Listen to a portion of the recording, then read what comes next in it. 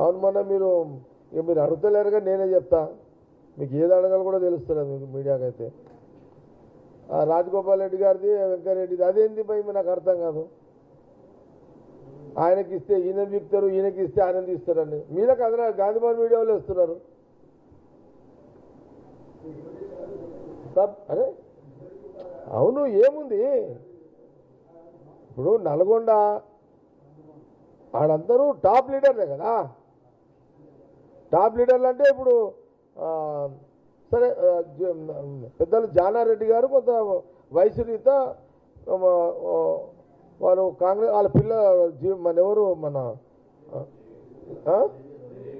రఘు ఉన్నాడు మన జేవీఆర్ ఉన్నాడు. వాళ్ళు ఇప్పుడు కాదు కదా. జానారెడ్డి గారు పని అంతా గ్రౌండ్ లెవెల్లో వాళ్ళే చూస్తారు ఇద్దరు మొదటి నుంచి. వయసు రీత చాలా పెద్ద వయసు యాక్టివ్ ఉన్నాడు. పెద్ద వయసు కదా ఇక వీళ్ళు ఎట్లా ఫీల్డ్లో ఉన్నారని ఇద్దరు కొడుకులను తీసుకొచ్చిండు. వాళ్ళు జూనియర్స్ కాబట్టి వాళ్ళకు అవకాశం ఉండదు. కానీ ఇప్పుడు ఉత్తమ్ రెడ్డి గారు, వెంకటరెడ్డి గారు, రాజగోపాల్ రెడ్డి. ఇప్పుడు రాజగోపాల్ రెడ్డి, వెంకటరెడ్డి, ఉత్తమ్ సార్ కూడా నేనేమంటున్నట్టే నల్గొండని రెడ్డిలాని చూడకండి. ఆడ ఉత్తమ్ రెడ్డి గారితో పాటు వెంకన్న అండ్ రాజగోపాల్ రెడ్డి కూడా ఉండొచ్చు, తప్పేముంది. నేనైతే సీఎం గారు ఎప్పుడైనా సందర్భం వస్తే నేను ఒకటే చెప్తాను సీఎం గారికి. సరే సీఎం గారు అల్టిమేట్ అధిష్టానం ఏం చెప్తే వారు కూర్చుంటారు మాట్లాడకని వ్యక్తిగత అభిప్రాయం షేర్ చేస్తే తప్పలేదు కదా. వెంకయ్యరెడ్డిని తీయొద్దు, రాజగోపాల్ రెడ్డిని తీయొచ్చు. ఎవరు తీయకుండానే రాజగోపాల్ రెడ్డికి ఇవ్వచ్చు.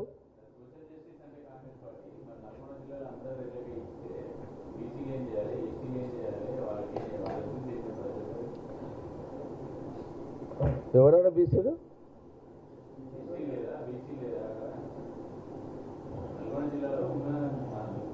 ఒక మాట చెప్తున్నా మీరు సరే ఇప్పుడు ఏమైపోతుందంటే చారి నేను ఒకటి చెప్తే నేను ఒక 4-10 అక్షరాలతో కూడుకుని ఒక అంశం చెప్తా.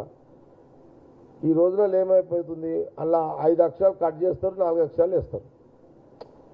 ఈరోజు సోషల్ మీడియా అదే అయింది కదా.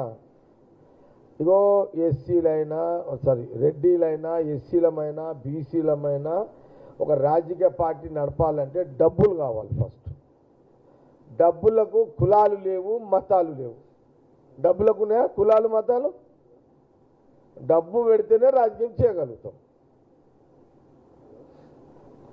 డబ్బు పెట్టే ఎస్సీ పెడితే ఎస్సీ లీడర్ అవుతాడు, బీసీ పెడితే బీసీ అవుతాడు, రెడ్డిలు పెడితే రెడ్డిలు అవుతారు. డబ్బు పెడితేనే కదా రాజకీయం నడిచేది. కాస్ట్లీ రాజకీయాలు అయినాయి అన్ని. కోట్ల రూపాయలతో రాజకీయం అయింది.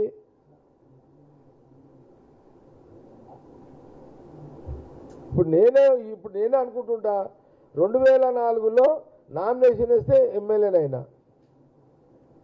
కానీ ఇప్పుడు కోట్ల రూపాయలు నేనే ఒకసారి ఫీల్ అవుతా ఈ 50 కోట్లు లేదురా నాయన, 100 కోట్లు ఏంది, ప్రశాంతమైన జీవితం లేదు, ఈ డబ్బులు పెట్టాలి, మళ్ళీ తిరగాలి, ఈ 100 ఏడ సంపాదించాలి, ఎవడిస్తాడు, మళ్ళీ ఏడ సంపాదించాలి పోతే మీ హాస్పిటల్ మళ్ళీ బ్రేకింగ్లు వేస్తారు.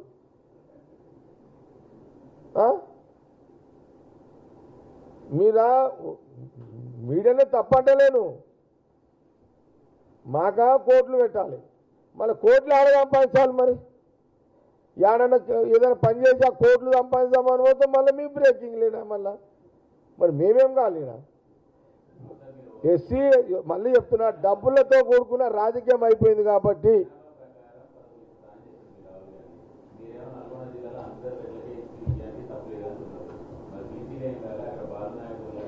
అంటే ఇప్పుడు బీసీలు ఎవరు లేరా? ఇప్పుడు ఇగో ఒక రాజకీయ పార్టీకి 2 ప్రధానమైన పోస్టులు ఉంటాయి. ఏనండి, అధికారం వస్తే ముఖ్యమంత్రిగా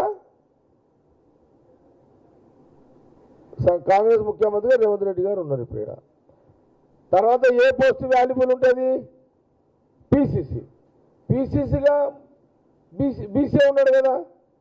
అంటే ఒక కాంగ్రెస్ పార్టీ పీసీసీగా మహేష్ కుమార్ గౌడ్, సీఎంగా రేవంత్ రెడ్డి. మరి వీళ్ళిద్దరు సిస్టంలోనే కదా గవర్నమెంట్ పార్టీ నడిచేదిడా.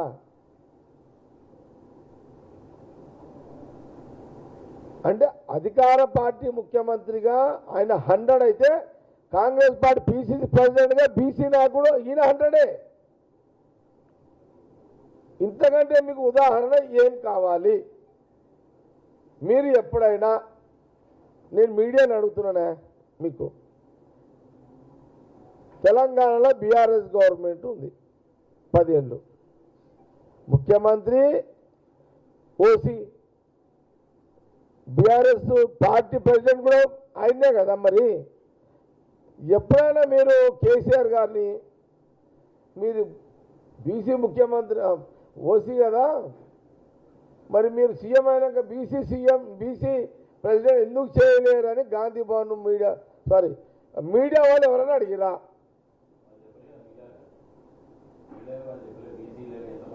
ఎందుకు చెప్పలేదు? రాష్ట్ర విభజన